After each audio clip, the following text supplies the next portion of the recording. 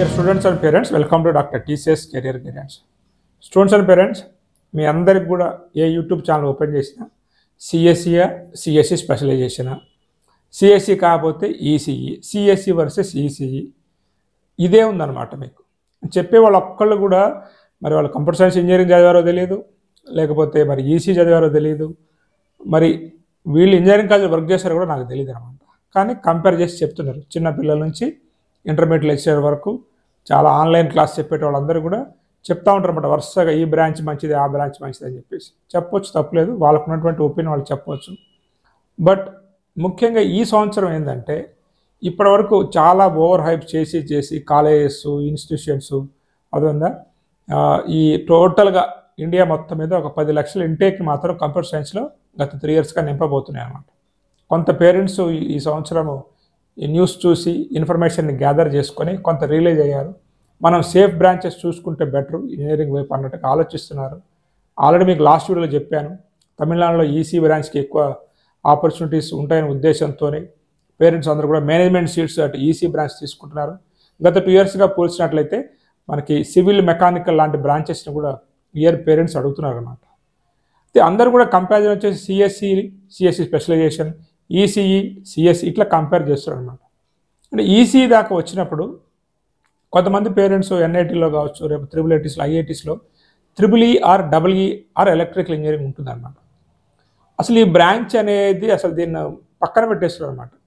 ఇది నా బ్రాంచ్, నేను చదివిన బ్రాంచ్, నేను చెప్పుకోవాలన్నమాట. దాదాపు ఎలక్ట్రికల్ ఇంజనీరింగ్ చదివిన వాళ్ళు ఎవరు కూడా యూట్యూబ్లో కెరియర్ కౌన్సిలర్స్గా లేరు. ఎవరెవరో చెప్తా ఉంటారు మా ఎలక్ట్రికల్ ఇంజనీరింగ్ గురించి, అది టఫ్ అంట, దాంట్లో ఉద్యోగాలు రావంట అని చెప్పేసి. సో నేను చెప్పడానికి నాకున్న క్వాలిఫికేషను ఎలక్ట్రికల్ ఇంజనీరింగ్లో నేను పిహెచ్డీ చేశాను. నేను చేసినటువంటి పిహెచ్డీ అనేది మా గురువు గారులతో ఇద్దరితో కలిపి, అంటే ఒకళ్ళు కాదు ఇంకొకరితో కలిపి కేవలం 5గురు మాత్రమే ఉన్నారనమాట. సో 5గురులో ఎవరైతే మన G Narayanamma institute of technology principal గారు ఉన్నారో వారు, నేను, మా గురువు గారు అనేటువంటి రఘురామ్ గారు, ఇట్లా ఒక 5గురు మాత్రమే ఎలక్ట్రికల్ ఇంజనీరింగ్లో. అయితే మనకి ఇప్పటివరకు 3 ఫేజ్ ట్రాన్స్మిషన్ ఉంది, మేము 6 ఫేజ్ ట్రాన్స్మిషన్ సిస్టాన్ని డిజైన్ చేసి ఆ ఫాల్ట్ అనాలిసిస్ చేశామన్నమాట. కేవలం 5గురు మాత్రమే ఉన్నాం. సో ఈ క్వాలిఫికేషన్ సరిపోద్ది అనుకుంటున్నాను మీకు చెప్పడానికి. సో ముఖ్యంగా ఇక్కడ ఏంటంటే నేను చాలామంది స్టూడెంట్స్కి ఐడియా లేదనమాట అసలు ఎలక్ట్రికల్ అండ్ ఎలక్ట్రానిక్స్ ఇంజనీరింగ్ అంటే ఏంది. అండ్ కాలేజెస్ కూడా ఇదే అదునుగా తెలుసుకొని ఏదైతే మనకు ఆ కోవిడ్ టైంలో కొంత software online work from home చేశారో ఇక దాన్నే మైండ్లో పెట్టుకుంటే తప్ప అక్కడి నుంచి బయటికి రావట్లేదు. ఈ రోజున లే ఆఫ్స్ కావచ్చు, లేకపోతే ఇంతమంది అవుట్పుట్ వచ్చినప్పుడు కొంత ఆలోచించండి. పేరెంట్స్ కూడా మీ ఇష్టం, మీరు ఏ బ్రాంచ్లో తీసుకోవచ్చు, కానీ ఒక యావరేజ్ స్టూడెంట్ తట్టుకోలేనటువంటి స్టేజ్కి వెళ్ళిపోయింది కంప్యూటర్ సైన్స్ ఇంజనీరింగ్ అనేది. స్టిల్ ఇప్పటికీ కంప్యూటర్ సైన్స్ ఇంజనీరింగ్లో ఆపర్చునిటీస్ ఉన్నప్పటికీ కూడా ఫ్యూచర్లో నార్మల్ యావరేజ్ స్టూడెంట్ అక్కడ తట్టుకోలేడు, ఆ సునామీలో తట్టుకోలేడు అనమాట. కాబట్టి కొంత తెలివిగల పేరెంట్స్ ఈ సంవత్సరం ఆలోచించడం మొదలుపెట్టారు. So ECE, EEE, mechanical, civil, chemical, material science, metallurgy ఇటువంటి కోర్సెస్ కూడా ఆలోచిస్తారు అన్నమాట పేరెంట్స్. వాళ్ళందరూ మనం అభినందించాలి. పేరెంట్స్ యొక్క కష్టం అనమాట. నా ఒక్క యూట్యూబ్ ఛానలే కాదు, ప్రతి యూట్యూబ్ ఛానల్ చూస్తారు. నేను చెప్పింది నంబరు వేరే వాళ్ళ దగ్గర పోయి ఇదే క్వశ్చన్ అడుగుతూ ఉంటారు అనమాట. ఆ కాలేజ్ మంచిదా, ఈ కాలేజ్ మంచిదా అని చెప్పేసి. ఎవరిని నమ్మకండి, మిమ్మల్ని మీరు నమ్ముకోండి. మీరు కూడా కొంత రీసెర్చ్ చేయండి, అర్థమైందా? ఈ ఛానల్ చూసిపోయి అక్కడ ఇంకా క్వశ్చన్ అడగటం, ఆ ఛానల్ చూసి నన్ను క్వశ్చన్స్ అట్లా కాదన్నమాట. మీరు కూడా కొంత స్వతహాగా తెలుసుకొని జాయిన్ చేయించండి. సో ముఖ్యంగా మన టాపిక్లోకి వెళ్ళినట్లయితే ఈసీఈ వర్సెస్ EEE అనమాట. మీ అందరికీ కూడా నేను చాలా వీడియోస్లో చెప్పాను, ఇంజనీరింగ్ 2 రకాలు ఉంటాయి. ఒకటి circuit branches, 2 non circuit branches.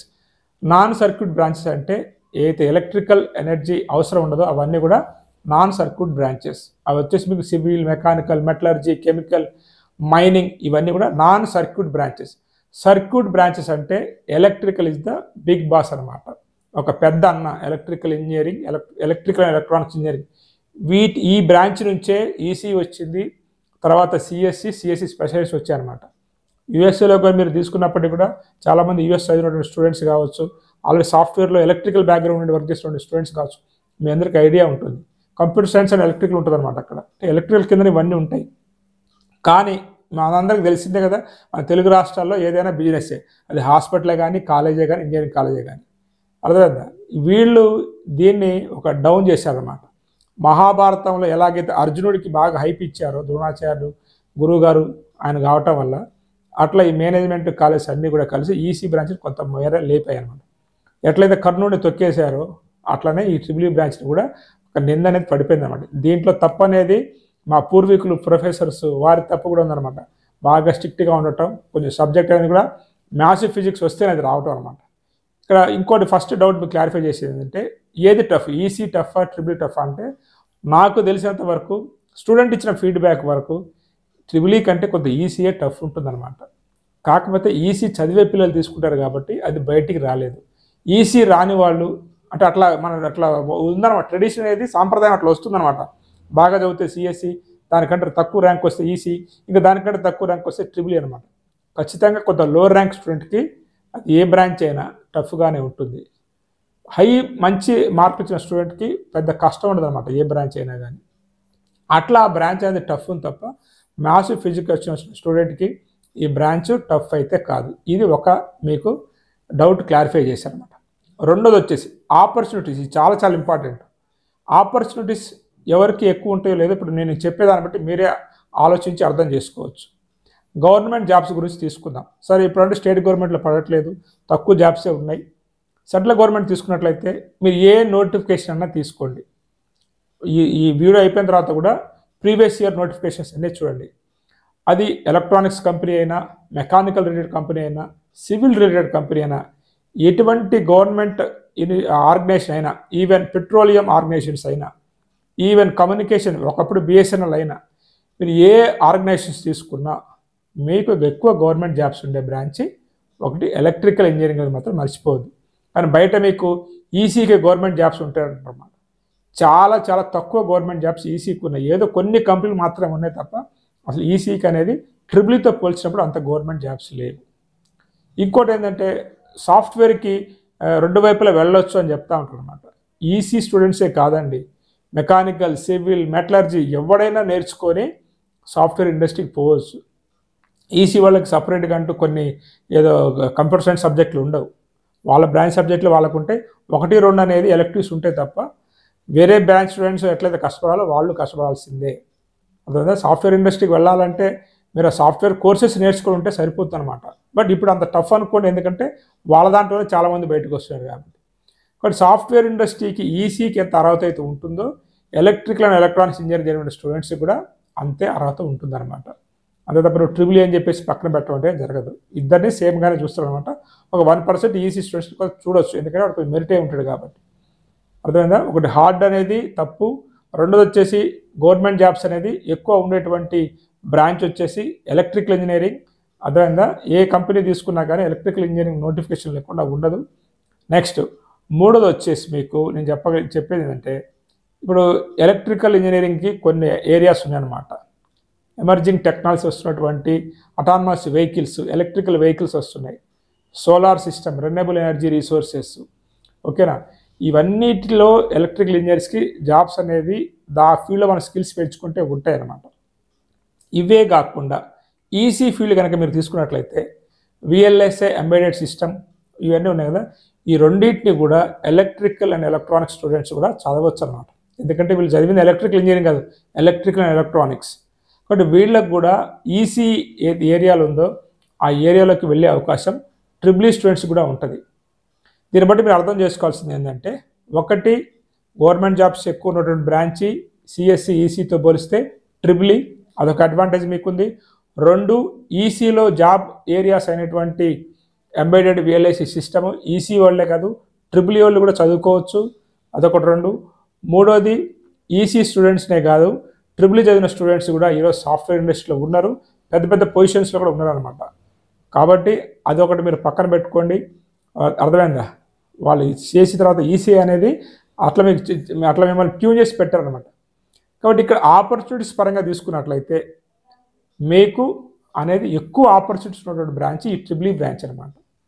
ఇది ఎవరు చెప్పరు మీకు, ఇది స్వయంగా స్టూడెంట్స్తో నేను డిస్కస్ చేసినప్పుడు ఈ వీడియో చేసే ముందు కూడా ఒక ఈసీ ప్రొఫెషన్ అడిగే క్వశ్చన్, ఈ రెండిట్లో ఈసీ అండ్ ట్రిపుల్ ఎక్కువ ఆపర్చునిటీ ఉన్నటువంటి బ్రాంచ్ ఏది సార్ అని అడిగితే మీ బ్రాంచే ట్రిపుల్ అనే చెప్పాడనమాట. అర్థమైందా? కాబట్టి మీకు ఇన్ని డౌట్స్ అనేవి మీకు క్లారిఫై అయి ఉంటాయి అనుకుంటా. ఒకటి టఫ్ అనేది ట్రిపుల్ ఈతో పోలిస్తే ఈసీఏ టఫ్, బట్ రెండు దాదాపు ఒక విధంగానే ఉంటాయి. రెండోది వచ్చేసి సాఫ్ట్వేర్ జాబ్స్ అనేది ఈసీ వాళ్ళని ఎలో చేస్తే ట్రిపుల్ వాళ్ళని ఎలో చేస్తారు. 3 ఈసీకి ఉన్నటువంటి ఎంబెడెడ్ సిస్టమ్ VLSI ట్రిపుల్ వాళ్ళు కూడా చేయొచ్చు. 4 గవర్నమెంట్ జాబ్స్ అనేది ఈసీ సిఎస్సి కన్నా ట్రిపుల్ ఈకే ఎక్కువ. ఇన్ని అడ్వాంటేజెస్ ఉన్నాయి కానీ ఎవరు మీకు చెప్పరన్నమాట. అర్థమైందా? మరి ఎందుకు ఇన్ని రోజు చాలామంది సక్సెస్ కాలేదు సార్ అంటే కరెక్ట్ స్టూడెంట్ దొరకలేదన్నమాట. ఏదో ఇక ఈసీ సిఎస్సి రాకపోతే ట్రిపుల్ ఈ తీసుకున్నారు తప్ప ఎగ్జాక్ట్గా నాకు ట్రిపుల్ ఏ చదవాలనుకున్న స్టూడెంట్స్ ఎంతోమంది సక్సెస్ అయ్యారు. ఆ స్టూడెంట్స్ గత 20 yearsలో లేని కంపెనీ అంటూ లేదనమాట. ప్రతి ఒక్క కంపెనీ, ప్రతి సాఫ్ట్వేర్ కంపెనీలో వర్క్ చేస్తున్నారు, జెన్కోలో వర్క్ చేస్తున్నారు, ట్రాన్స్కోలో వర్క్ చేస్తున్నారు, డిస్కమ్లో వర్క్ చేస్తున్నారు, ఐఓసిఏలో వర్క్ చేస్తున్నారు, ఇంకా పిఎస్యూస్లో వర్క్ చేస్తున్నారు. అర్థమైందా? ఐఈఎస్లు ఉన్నారనమాట. ఈవెన్ మనకి ఏదైతే ఈ వందే భారత్ లాంటి లోకో పైలట్స్గా ఉన్నారనమాట. ఇంతమంది ఉన్నారనమాట. వేరియస్ ఆపర్చునిటీస్ ఉంటాయి. కాకపోతే మీకు మ్యాథ్స్ ఫిజిక్స్ బాగా రావాలి. రాని స్టూడెంట్స్ తీసుకుంటే ఉపయోగం లేదనమాట. ఎందుకు నేను ఇంతగా మీకు చెప్తున్నానంటే ఒక మంచి కాలేజీలో, ఒక మంచి ఎన్ఐటీలో ట్రిపుల్ వస్తున్నా కానీ వద్దనుకొని ఇంకా డౌన్ కాలేజీలో పోయి వేరే చదువుతారు అనమాట. ఆపర్చునిటీస్ ఉండవు, ఈ బ్రాంచ్ కాదని చెప్పేసి. సో అట్లా మీరు పెట్టుకోవద్దు. మీరు మల్టిపుల్ ఆప్షన్స్ పెట్టుకోవాలి. ఫ్యూచర్ అంతా హైబ్రిడ్ ఇంజనీరింగ్. ఎవరైతే కోర్ బ్రాంచెస్ చదివి ఈ డేటా అనలిటిక్స్, ఆర్టిఫిషియల్ ఇంటెలిజెన్స్, అర్థమైందా, రేపు క్వాంటమ్ కంప్యూటింగ్ వస్తుంది, ఇట్లా 2 ఉండాలన్నమాట. ఈ 2 ఉంటేనే రేపు వాళ్ళకి ఫ్యూచర్ ఉంటుంది తప్ప ఏదో ఒక డొమైన్ చదువుకొని నాకు ఉద్యోగం కావాలంటే రాదు. ఫైనల్గా మీకు చెప్పిందంటే మీ ఇంట్లో ఒక మనిషి ఉండి అనుకోండి, వాడికి వంట వచ్చి కార్ డ్రైవింగ్ వస్తే ఎంతైతే బెనిఫిట్ ఉంటుందో అట్లే అనమాట. ఫ్యూచర్ అంతా కూడా హైబ్రిడ్ ఇంజనీరింగ్. కాబట్టి ఎవరైతే ఎవర్ గ్రీన్ బ్రాంచెస్ అయినటువంటి ఈసీఈ, ట్రిపుల్ ఈ ఇలాంటి బ్రాంచెస్ తీసుకున్నా మీకు లైఫ్ ఉంటుంది. కాకపోతే మీకు మ్యాథ్స్ ఫిజిక్స్ బాగా వచ్చి ఉండాలి. మీరు ఒక మెరిట్ స్టూడెంటే ఉండాలన్నమాట. లేదంటే నార్మల్ డిగ్రీ కిందనే అది ఉంటుందన్నమాట. ఇవన్నీ మీకు చెప్పడానికి కారణం ఒక మంచి కాలేజీలో ట్రిపుల్ ఈ వస్తే వదిలిపెట్టొద్దని, ట్రిపుల్ ఈలో ఆపర్చునిటీస్ లేవు, ఈ బ్రాంచ్ టఫ్ అనేటువంటి అందరి స్టూడెంట్స్ కూడా మా తరపున as a triple E family మెంబర్గా నేను చెప్పాలి కాబట్టి చెప్తున్నాను. ఫ్యూచర్లో ఈసీ బ్రాంచ్కి ఎన్నైతే ఆపర్చునిటీస్ ఉంటాయో ట్రిపుల్ ఈకి అంతకంటే బెటర్ ఆపర్చునిటీస్ రాబోతున్నాయి. ఎలక్ట్రికల్ వెహికల్, సోలార్ సిస్టంలో, చిప్ డిజైనింగ్లో, అన్నిట్లలో కూడా ఈసీకి ఎన్నైతే ఆపర్చునిటీస్ ఉంటాయో ట్రిపుల్ ఈ వాళ్ళకి కూడా అంత ఆపర్చునిటీస్ ఉంటాయి. మీరు బిజినెస్ కూడా సొంతంగా చేసుకోవచ్చు అనమాట. కాబట్టి అన్నీ ఆలోచించుకొని నిర్ణయం తీసుకోవచ్చు. ఇది సిఎస్సి తీసుకోవద్దనో ఈసీ తీసుకోవద్దనో చెప్పడానికి ఈ వీడియో కాదు. ఇటువంటి కన్ఫ్యూజన్స్ ఎవరైనా ఉన్నట్లయితే ఇది అసలు విషయం అని చెప్పడానికి మాత్రమే ఈ వీడియో చేశాను. ఈ వీడియో వల్ల మీకు కొంత నాలెడ్జ్ వచ్చిందనుకుంటూ, నచ్చినట్లయితే లైక్ చేయండి. ఏమైనా తప్పులు చెప్పినట్లయితే క్షమించాలని కోరుకుంటూ, have a nice day. All the best for your bright future.